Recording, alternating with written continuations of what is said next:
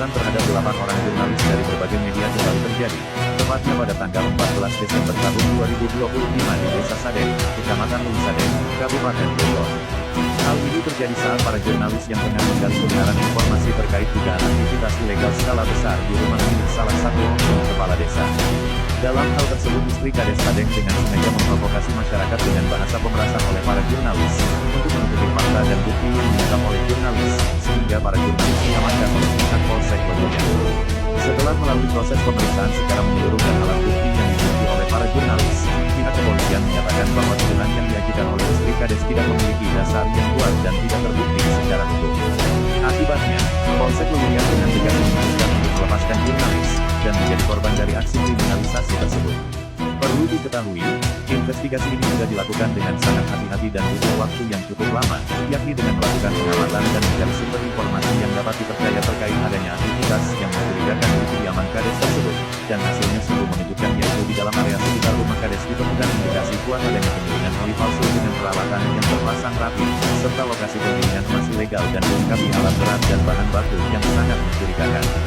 Tetapi hal yang paling tidak pantas ditemukan di lokasi yaitu bukti berupa bom yang terpasang lengkap dengan sedotan, beserta jejak-jejak yang menunjukkan adanya dugaan pesta narkotika yang sering diadakan di lokasi tersebut.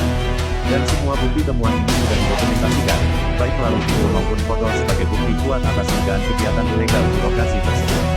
Dalam hal ini, masyarakat lokal yang tidak mau identitas dirinya disebutkan mengungkapkan kekhawatiran mereka akan kemungkinan jaringan ini ada yang melindungi, sehingga kegiatan ilegal tersebut bisa beroperasi tanpa terganggu selamanya.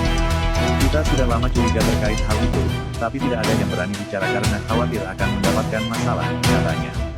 Saat wartawan mengungkap kegiatan tersebut, malah jadi korban, padahal buktinya jelas. Apa sebenarnya yang terjadi di sini?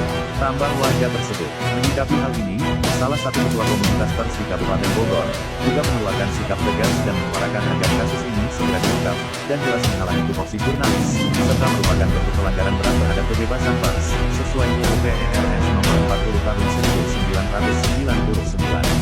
Aksi kriminalisasi seperti ini tidak boleh dibiarkan terjadi dan terulang lagi. Hal ini bisa menjadi ancaman bagi semua pihak yang berani bersuara tentang kebenaran, kata Iwan Boring, Ketua Forum Wartawan Bogor FWBB. Sampai saat ini, pihak Polsek Lewiyan belum memberikan klarifikasi resmi terkait alasan mengapa tidak segera melakukan penyelidikan terhadap dugaan kegiatan ilegal di rumah Kades tersebut, walaupun sudah ada bukti yang cukup kuat. Sementara itu, sang Kades juga tidak dapat dihubungi untuk memberikan tanggapan terkait temuan tersebut dan tuduhan kriminalisasi yang ditujukan kepada para jurnalis. Publik sedang menunggu tindakan tegas dari pihak kepolisian dan pemerintah daerah Kabupaten Bogor dalam mengungkap dugaan kegiatan ilegal yang berlangsung, hingga alasan dibalik aksi kriminalisasi terhadap para jurnalis dalam melakukan tugasnya.